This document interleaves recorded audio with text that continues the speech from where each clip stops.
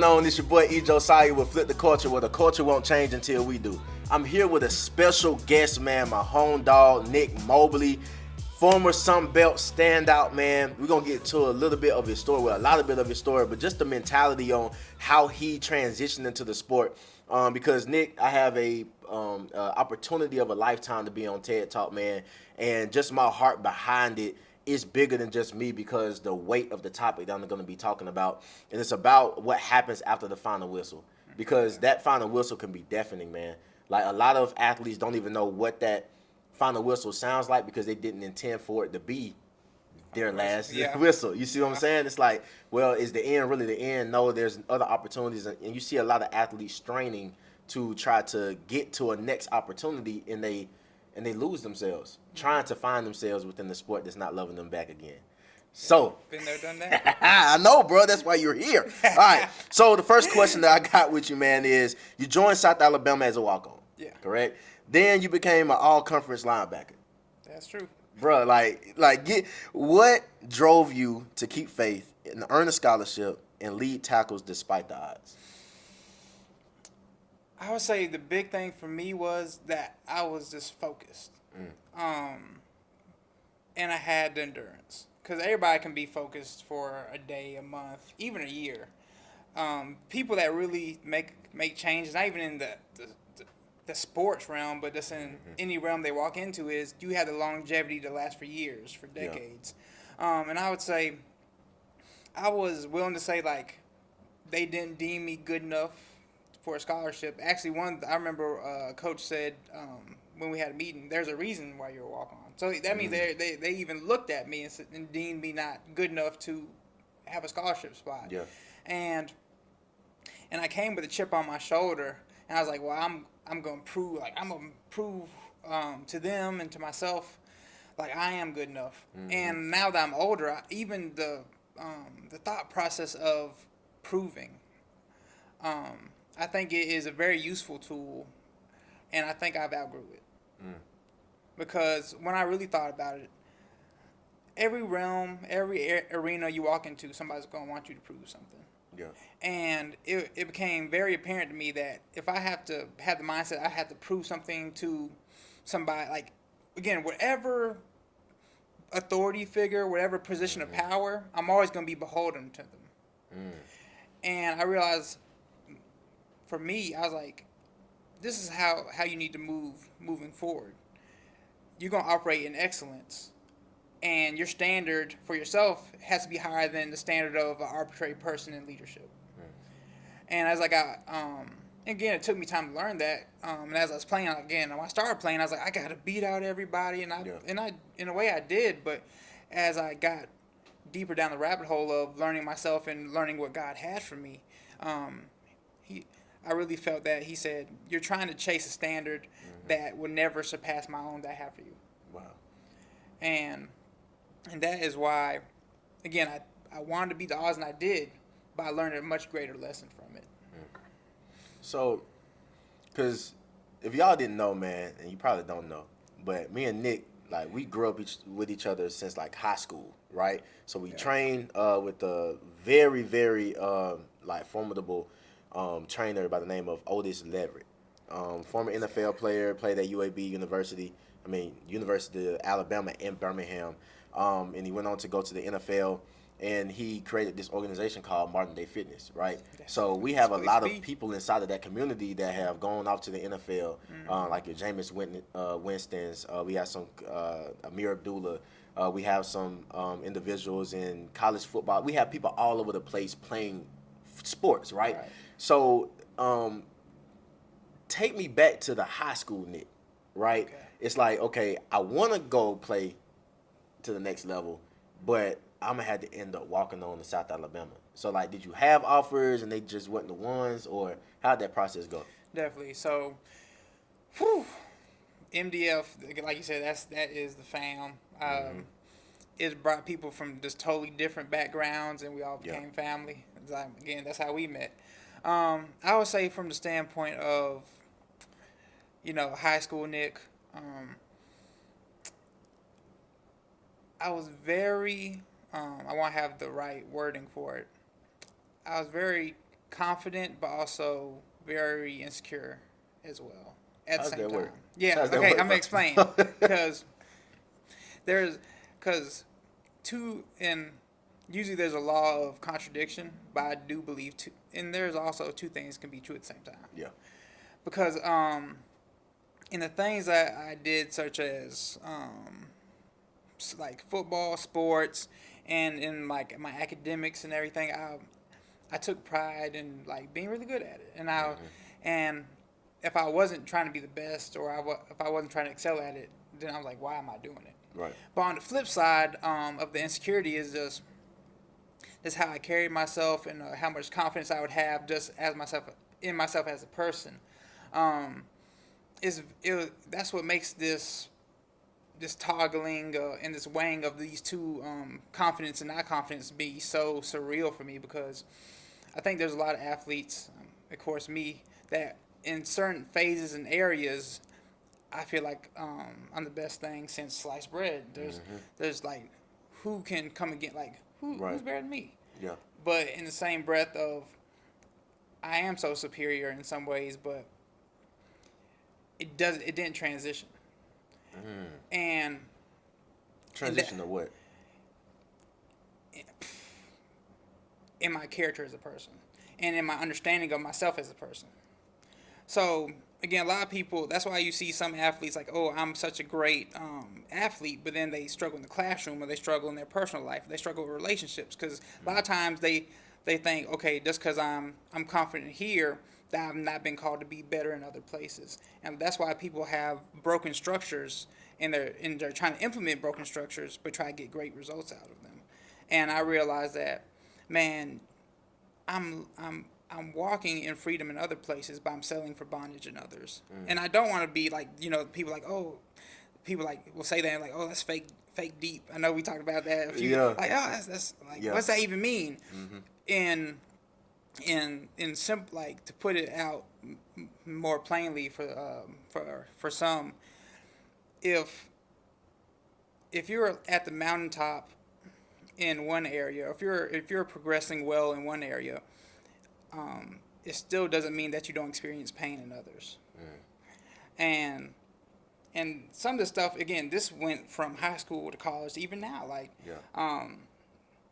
like going through like I wouldn't say like deep depressions, but like you can like notice like you're not as vibrant as you usually are. And like it's like your emotions. There's like the fire retardant blankets. Nah, I ain't never heard that before. So because engineering and all that. Since I'm an engineer, like if somebody is like, if there's a fire or there's an accident, they have something where they can put like a fire blanket on you and it smothers the fire. Okay. Yeah. Yeah. And in that way, sometimes like with your like emotions, with my emotions, like no matter what you're feeling, you can feel it, but the fire is not doesn't blaze as hard as or as hot because Right. that blanket's over you. And that's not a standpoint of it's bad. It's understanding of how do you manage it in a healthy way, and how you manage it with community. And you said something that brought up a quote that Coach O actually said during the training session, man. One of the many quotes. Many. Like his quotes were life saving. Oh yeah. Not just on the back end where you're like, damn man, his words no, like we would be dying on sprints, bro, and we go off on this little 5-minute tangent, be talking, bro. I'm like, yes, Keep bro. talking. Please keep talking, Please. Coach. Like, but you said something where you said it didn't translate, right? And then at Flip the Culture, we talk about the psychology of the athlete, making sure that mentally your mind is able to lead your feet into the situation that you're going. And a lot of times when people talk about athletes having plan Bs, which at Flip the Culture, we don't believe in that. But they say that, okay, if you're supposed to get this athlete a better job or work at this factory or get this family right, and the mind hasn't gone with the physicality of you being inside this predicament, it's like, okay, are you able to excel at the same rate as what's expected from you? So Coach O said this. He said, you can become a better football player, but it will not make you into a better man. Okay. I got but thoughts. becoming a better man will make you into a better football player, right? What's your thoughts on that? Okay. So I want to hop real quick when you said there's no plan B. I wholeheartedly believe that. Yeah, When you do it the right way. Yep. I think when you look at the Bible, even when things go right, when things go wrong, it is it is a transition. It is a path of when you follow what God has for you. It's not like it's compartmentalized. It all flows. Even when people in the Bible sin, there's nowhere in the Bible that when somebody sinned or has committed an atrocity, they haven't came to God and say, I honestly repent and I'm sorry. Does he not restore them? And I'm taking that example as with nowhere in life, whether things go right or wrong, as long as you keep going, it still brings you to a place. Now, again, you might have to take different avenues. But to totally just say, I have to cut off a journey and start a new one, it's a transition, but it doesn't mean that you just walk off a cliff. Right. You just go off an exit, you go take a U-turn, but the journey never stops. And I think we have such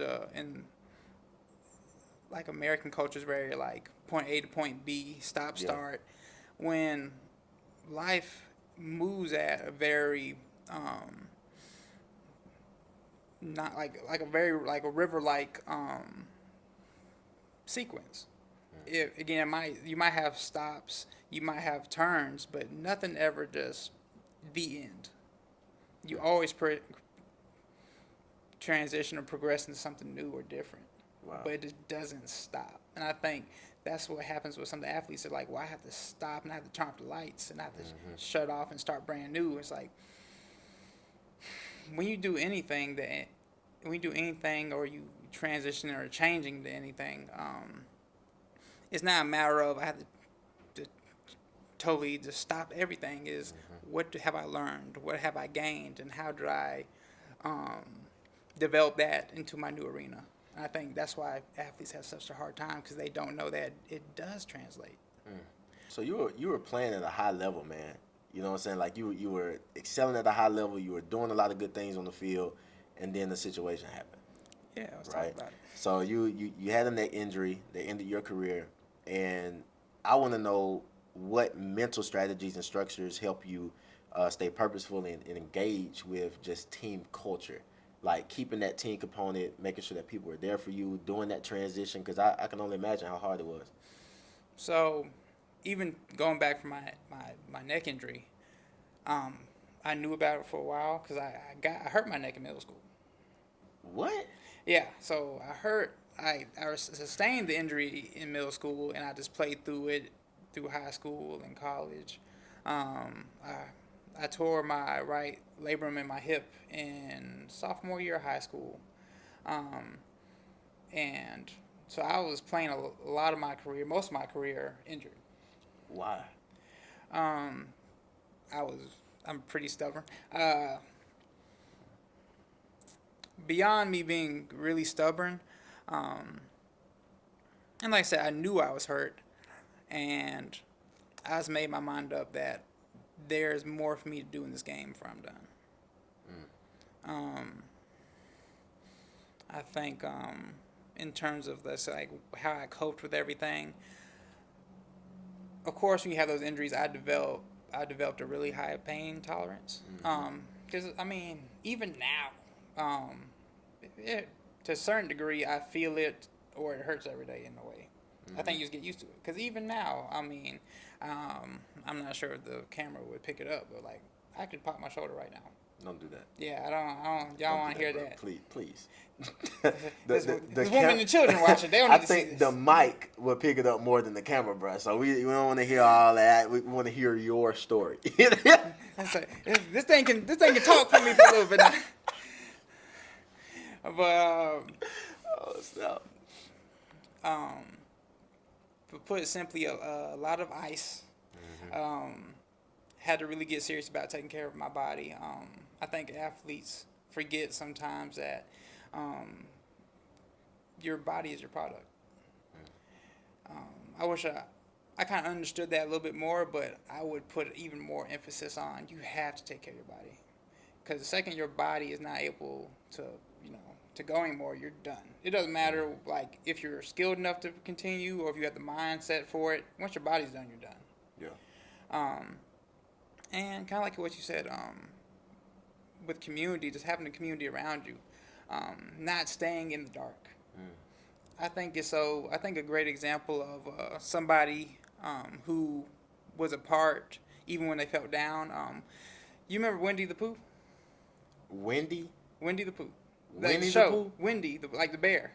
Winnie. Wendy. Oh, that's it. Winnie the Pooh. Oh, my bro. bad, bro. Dude, not Wendy. It's a, My bad. I think it's a dude, bro. Like, my yeah, bad. Winnie, bro. Winnie the Pooh. My Yeah, bad. Oh, Winnie. Hey, that's why.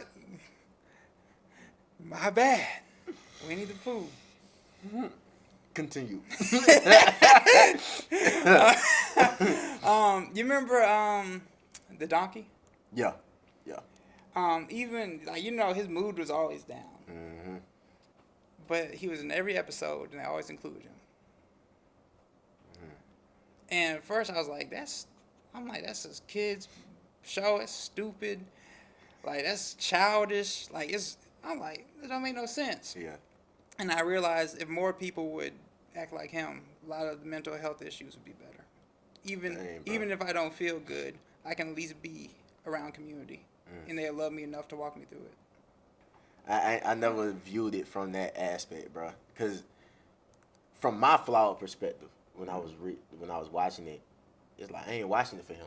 Yeah. You know what I'm saying? And I feel like that's what happens in society where, like, you got the main character, you have all this dialogue happening, and it's like, hey, I'm not here for him, but you don't know what him being there is doing for him. Yeah, that's the beautiful thing about life. Like, as long as you're your own main character, you're gonna be okay. And I'm saying that from the standpoint of rarely in life is everything about you. You might have moments or splotches where like all the tension is on you, but mainly it's either about the group as a whole, or it's gonna be somebody else's turn for the shine. Wow. And again, when it's their turn, applaud for them, and when it's time to put people's needs ahead of your own, yes. But if you're living your life and somebody else's your main character, like it's like when it's all about it's your life but it's all about somebody else. Yeah. And then we ask why are people walking around as clones? Why are we seeing people walk around as shells of themselves? Because they're living through somebody else. And of course, we're all the main character in everybody's life is Jesus. But from the worldly standpoint, when you make everything in your life about somebody else, you automatically create an unhealthy relationship dynamic where they are your source when they can never be that. And then you can never truly take care of yourself to truly take care of them. Again, then we're just reinforcing broken systems because we romanticize them. So you have a very strong presence of leadership. Not just because like I'm your boy, but like anytime you walk into a room, bro, it just screams leader, right? So even from your story, it's not just a story, it's a testimony. Because you can get a lot of people to be like, they got 5 stories, man, but it's like, how did you navigate through that, though? Like, it's almost like nobody's going to watch a movie and it's just a story. Yeah. Like, literally, the greatest movies are the greatest testimonies because people like to see perseverance. People like to see somebody triumph at the end, right? They don't like just something ending. It's like, whoa, what happened? There has to be more. Yeah. Right? So from your story, it just didn't end with the neck injury, and it's just like, man, you know what? I'm just, I got this 5 story, right? You've transitioned, and I really do think God is still authoring your story, right? This is not the end. It's just how you transition, and it's a trailblazing, just trail for a lot of people that haven't even made that transition yet. You know what I'm saying? So now pursuing civil engineering, what lessons from football and faith help you guide your approach to problem solving and leadership in engineering and ministry work? I would say, because I'm one of those people, and most people are these type of people, but a lot of people don't like to admit it. Everybody's life, like how they act in one area or arena, it's gonna trickle over to something else. Very, like there, you got a few very talented people, or they can be terrible in every other area, and they can be really good at one area. But most people, you're gonna see if they do bad here, you're gonna see that same principle be bad in another aspect. Yeah. So when I played sports, like, or when I was taking a test, or when I was preparing for a ministry event, um, I had to take not the same approach, but take the same approach in regards to excellence. Because things like if I was taking an engineering test, and there's a lack of attention to detail, I would miss that problem. And I was like, But then I looked on the film, and they would do like the tight end would shift or something, and I missed it. And it was like, oh, I missed that play. It's so much follow through because, again, most people, the habits they take, they're gonna bleed over to other areas. Once I was watching film and I realized that, I'm like, that's a lack of detail, and I was like, that's similar to what I did on the test. Yeah. And it made me understand that you don't have to be perfect, but you have to understand no matter what you put on tape on the field, it's going to be what's in the classroom, it's going to be when you're serving people in ministry. And I think just understanding that, you have to have people around you to kind of pull that out of you. Yeah. So I think I am very determined. I'm a hard worker. I say one of my best traits is I know how to find valuable people to put around me. I think there's no way you can tell my story and give it, and for it to be honest, without giving thanks to people like Coach O, Jeremy Towns. When I got hurt and I was able to volunteer and help out around the weight room at South and help with coaching and training. I mean, when I was in the weight room at South, Matt Shadid, Cody Stout, I was in like people that again mentored me. Then even when I got hurt with football, me having a place to serve, like I don't think they even understood like Coach Deed and Coach Stout. They don't even understand like I wasn't like, oh, I was there to help. I needed that because I needed to be grounded, because I needed like I said earlier, it wasn't like I had cut everything off and had to start again. I had to transition it, and while I physically was able to transition, it gave me time and planted me enough for my soul and my mental to transition. Even as I went into engineering, like there's like Kane Womack, he's a defensive coordinator at Alabama. He's the one that helped me set up a meeting with or an internship with Mr. Hargrove himself to get me the job at Hargrove. Yeah. That's the engineering company that I work with. So a lot of these things in terms of like, well, how did you get there? I did a lot of great things, but I would be lying and say I did not have a lot of great people in my corner. I would say as well as somebody can operate and how talented they are, if you don't have great people in your life, you're gigantically stunting the potential for you to be successful however you would want to define that. Yeah. Because there's no way that you can't do anything great at a high level, at a high scale, without somebody in a group, in a team, to help put together. That's good, man, because I see a lot of athletes, like you said earlier in the interview, that you can't stay in that dark place. Yeah. Right? It's like, okay, a team will make you get out that dark place. Right? Because there's a expectation for your presence being on that team.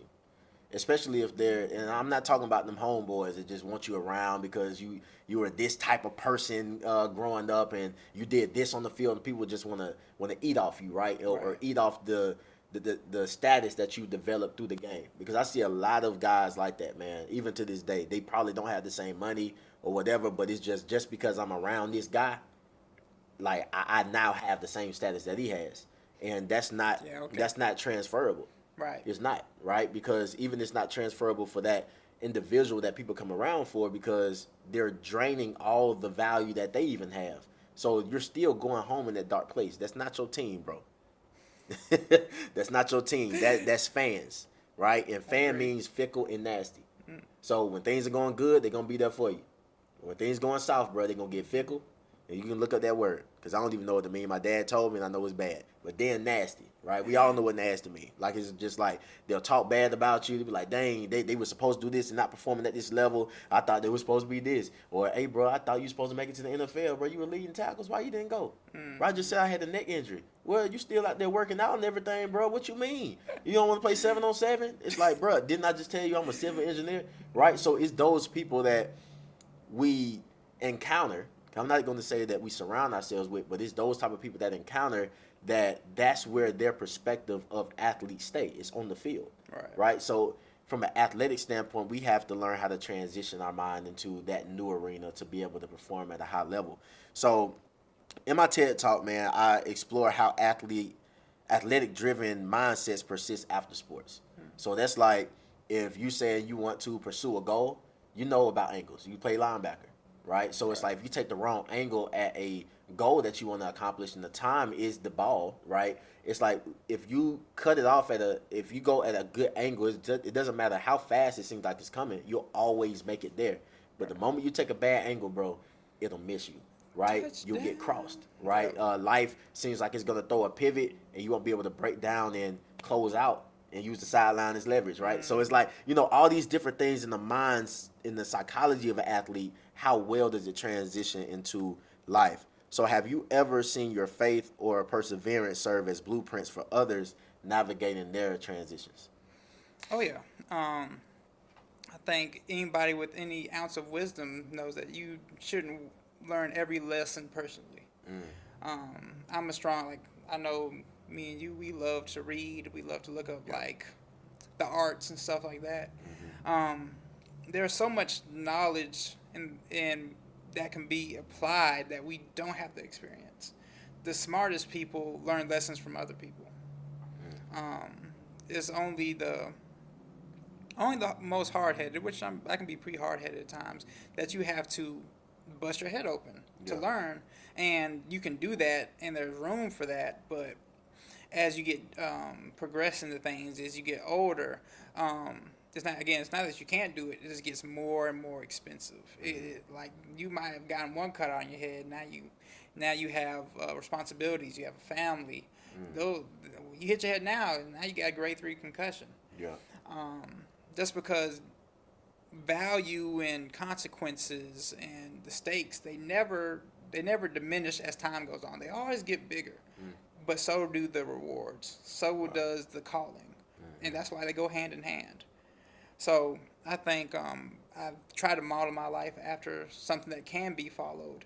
But not so it can be, it can just be a guide. Blueprint, possibly just a guide. Because I've seen way too many people walk off somebody's faith and not gain their own. When the scripture says, follow me like I follow Christ, I think people get that misconstrued sometimes because they say, well, all you need to do is follow me and you'll be fine. I think that interpretation is a little arrogant because you can follow me and it will be beneficial until you, or as you, gain your own footing. Because again, I said earlier, a lot of times people are clones of somebody else. And I think, to a certain extent, that's okay. But again, I think the asterisk in that scripture is you follow Christ until, as I follow, as you grow in faith, you follow Christ as you have grown. Because the goal is Christ. The goal should, I'm a helper. I help, but I shouldn't be the source. Once you've gotten your footing, I'm just here to help raise you up. If you always have to look to me to be able to be better, to understand Christ, I've become a hindrance to you. And a lot of times people hold on to good because they're not disciplined enough to go for better. As you were saying that, man, I saw an analogy in my head of like the programming, Yeah. right? It's like you say you want to go to this D1 program, but your ability does not serve this program, right? It's like, okay, I'm capable. I was a 6'3" safety, right? If I went to a college or a conference that is run heavy and they need shorter, stockier safeties to be able to fill in with the run, that wasn't my game, bro. Now, of course, I like to hit hard, but at the end of the day, I was meant to be able to cover big tight ends, big like those big wide receivers out there, but the slot receiver, that wasn't my thing, bro. Yeah. You know what I'm saying? So when you talk about putting yourself in positioning from a programming standpoint, what have you been able to do inside of those transition moments where mentally it's like, man, I feel like I'm fighting for my life, bro. Like, but I have to get with the right program in order to showcase the abilities that I don't even know I have yet, but I know it's something inside of me.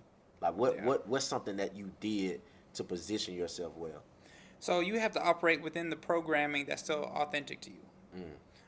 Because even when I went south, I'm like, my last year I played before I got hurt, I'm a 5'10" linebacker, and last season I played I was like 198 Yeah. with a hurt hip and a hurt neck. Um, the programming required me again to get off blocks, kind of do a little bit of everything, make tackles, do pass coverage, didn't have to pass rush too much. So I fit into that programming, but also I fit, but I had to make it fit. Yeah. Like, Explain that. okay, you have to make it fit by. A lot of times people go into arenas saying, and sometimes you should pick out like where is the best fit for me, but nothing will ever be a perfect fit, and there are going to be opportunities and environments that you walk into, it's not going to be a good fit. But how adaptable are you? I mean, when I went into engineering, when I got the job, I didn't have no previous internships. Most of my time was spent on athletics, and the reserve time was spent in ministry. Realistically, I wasn't qualified enough to get hired, if we're going to be honest. Now, does that mean I don't do a good job and I didn't do my best? It doesn't mean all that. But again, you have to look at reality, but that doesn't have to be your final destination. Because understanding that I wasn't qualified, well, there's a simple and easy answer: get qualified. I got in the company with some like at my job there. I will say I'm really blessed because there's a lot of very talented engineers. I mean, people with their certifications, people with the certifications on top of the certifications. Some people that can work three or four, like not even three or four, 7 to 8 projects at the same time and not bat an eye. But if you're gonna, get into that arena with them, you gotta know that you're not gonna understand a lot of stuff they're talking about. You're gonna be kind of in deep water, but are you willing to tread it long enough that you can learn? Because again, most times it's not the fact that people can't do it. Is do you want to be?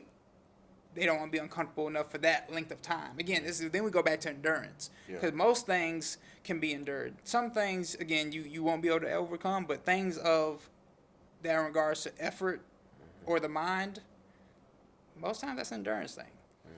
Like, well, you hear the excuse, I don't learn as fast, or I'm not talented in that area. Are you willing to put in the time to be talented? Like, I like to draw, and people say all the time, "Oh, I'm just not good at drawing." That's personally why I picked drawing myself, because it's not a matter of are you naturally talented, which you can be. It's a matter of do you develop yourself in that area?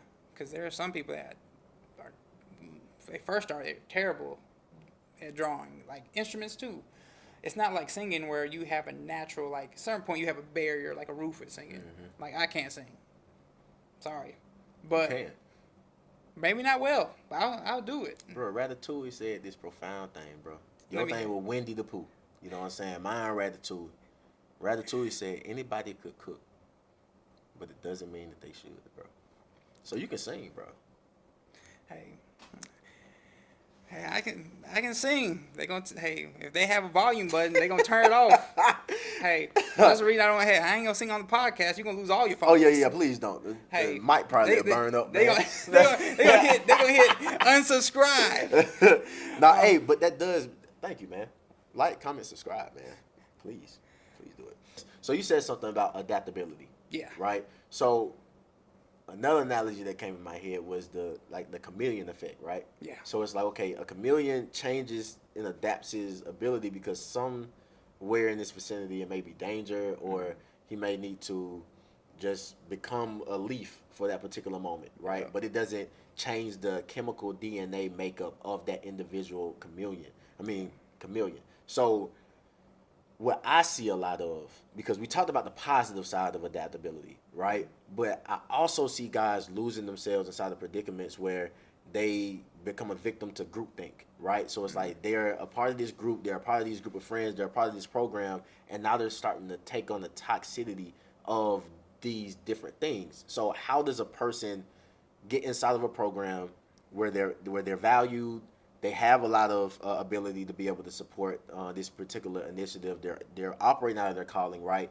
But there is some toxic behavior that's in those environments. How does a person shield themselves from adapting to that, but still serving inside of their ability?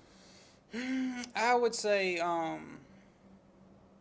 then that goes into a whole nother definition that operates outside adaptability. Because yeah, come on. Because when we talk about adapting, you adapt in a way that helps you better succeed in the environment. You never see you would never see a chameleon change colors to the detriment that it makes them stick out more. Dang. So when people are like, well, I adapted and it had a negative effect, then you didn't adapt, you succumb. And a lot of people mix up adapting to what is really they just succumb to the peer pressure of what was around them. Wow. Adapting should make you better in the environment better. Succumbing is you just fold to the environment. I'm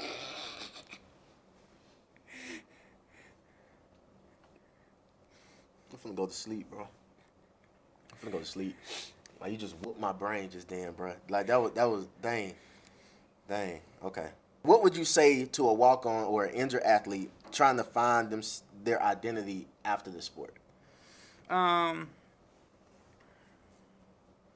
I think it is okay to mourn for the people that got injured. I want to rephrase that question. Okay.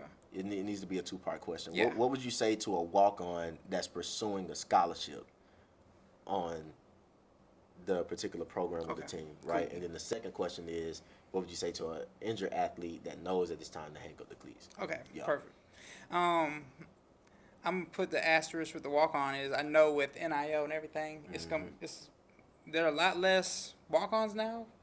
I don't know the stats with that. Yeah. But I will say I was in the locker room experience with a program where there were walk-ons present inside the room. You know what I'm saying? So walk-ons are still present within those college programs. I just don't know if the numbers have dwindled a little bit. They definitely dwindled with the NIL and the roster spots.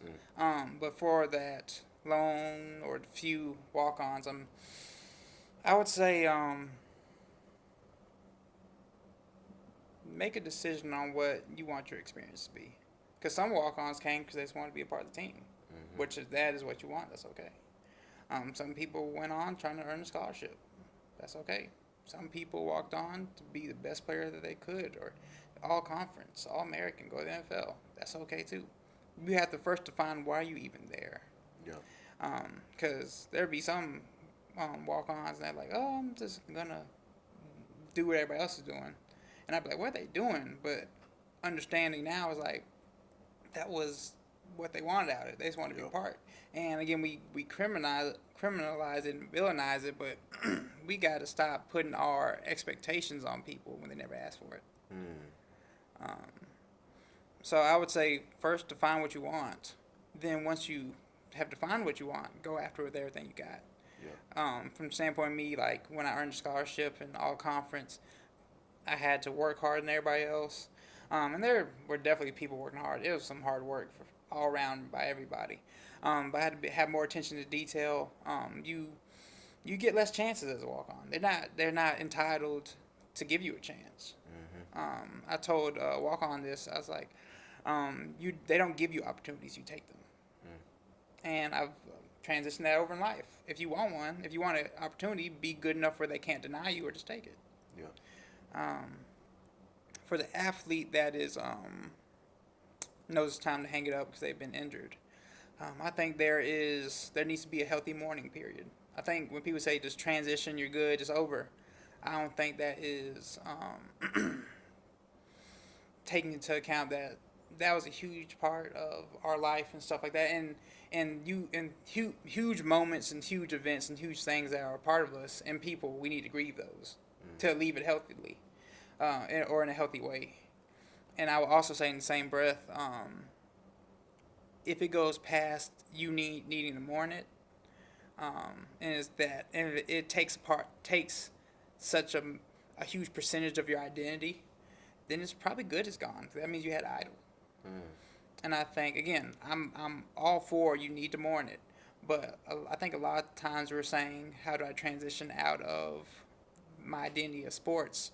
I think it's God's grace taking away a false identity that can never serve you. Wow. And again, that's not just football. A lot of things that get taken away are status.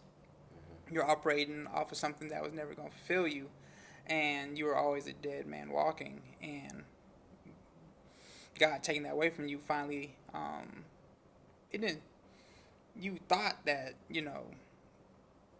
it was a main portion of you, it was the most important part of you, but I think it's like taking out a disease. You can't fully heal until you take out something that is dying. And I say that because being in sports is to a certain extent that there is an identity factor to it, but if it operates as the mass or as or in an unhealthy way, I think it's the equivalent of having a cancer cell, because you've seen that athlete that that's their personality is football player.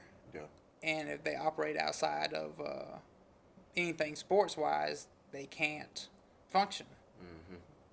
But we call it functioning because we just give athletes a pass. Yeah. And again, that goes from academics. And I'm not saying you can still be real. Like, there's people who really into sports, really into academics. I'm saying if that is where you find value for your soul in, it's good as God taken away. Yeah. Because a lot of times, we don't want what we love to be taken away. And again, I'm speaking from standpoint of a Christian standpoint. So if you're not a Christian, this really doesn't apply to you.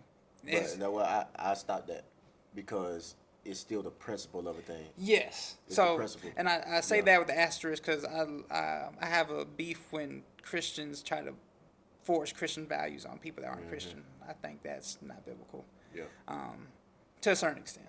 But I'll say this: the truth still stands. This truth, yes. If you take the religious concept out of it, right? The principle is, if you put all of your faith and your hope inside of this thing, your identity, and something that could be taken away, it's like, who are you now and what do you do? You're still at that standstill moment. So the truth, yes, the truth will always stand in that way. I think that's not something that can be forced. It has to be accepted, and that is why I say you don't have to accept it, because I can force a flu shot on you if you're dying of flu, but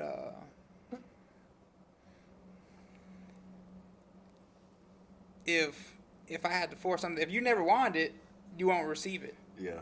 And that's why a lot of people don't have breakthrough, because a lot of the stuff they need for healing is right before them. But we try to force things, and some things have to be, like I said, flu shot. Things have to be injected. So if you don't want it and it's gonna hurt, people are not gonna take it. Yeah. And now we're on this tangent. People try to weaponize the Bible because it's like, well, I'm telling the truth. If you tell the truth with a sharp edge, that contradicts the scripture, like scripture that says you need to do what love is possible. And love is firm, but love is also loving. And you have to do things within a relationship. So even when people, like I said, even Christians, to a certain point, you have free will. You can disregard everything I'm saying. Yeah. But like you said, truth will always stand. You can try to redefine truth, but truth has a name and it can't be defined. Yeah. Um, That's good, bro. Man. Ooh, thank we you for have being have these type of conversations all the time. Yeah, man. This is another day for us. Man, that's dope, bro. I feel like it's gonna be a lot of athlete psychologists, right? Because you even hit on psychology and you're a civil engineer, right? Yeah. So you hit on a lot of key points that I feel like is going to give a good landing pad for a lot of decision makers when it comes to creating curriculum, creating services for athletes, because that's a strain, bro. Like, depending on what age you started, a lot of athletes start at a very young age. Like, your whole DNA, body makeup, the reason why you go to school started becoming because of football. The reason why you stay eligible is because you can stay on the court or the field or the track, right? The reason why, and I can only speak personally, but the reason why my relationship with God was as strong as it was, because I didn't want him to punish me and make me get hurt in the field, and I still got hurt. You know what I'm saying? Like, I was making deals with God, bro. I'm like, hey, if I do X, Y, and Z Monday through Thursday or Monday through Friday when I got to college, hey, give me an interception, bro. Like, give me a tackle. You know what I'm saying? So there was a lot of transactions on why I lived my life, and the center of it was football, and I had to heal to really admit that. Yeah, but that's why all of it works, because you talk about this whole podcast and the case studies and TED Talk is about transition. Mm-hmm. Everything that you said, all that is okay if you let transition right. Yeah. Just let transition. Yeah. Because God never asked us to be the perfect product. He says, "Will you go on this journey with me?" That's what people have to understand of, like, living life of God, sanctification. It's a journey. Like, when people are like, man, I can't wait to die and go to heaven. Of course, we're in a Western society, so we think about it from a Western standpoint, but the Bible is written from an Eastern standpoint because it's written by Eastern people. Yeah. And we have to understand we're so destination oriented, but you really look at the Bible and what it's saying, yes, your final destination is to get to heaven, and there's a new earth, new heaven combined, but the real pursuit is wherever stage I'm in, am I living in communion and pursuing Jesus? No matter what stage I'm in. Because people are like, well, can I get to the end destination? That's cool and that is important. But from each stage that you're in, on earth, heaven, then heaven and earth combined, are you pursuing God and you loving him in community and in communion? Again, bro, I appreciate you, man. And if we go off on another tangent, bro, I'm just gonna turn off the camera. You know what I'm saying? But hey, we bro, do this appreciate forever. you being here, man. Love you, bro. Yes, love you too, man. Hey, remember, flip the culture, but the culture won't change until you do. Overtime.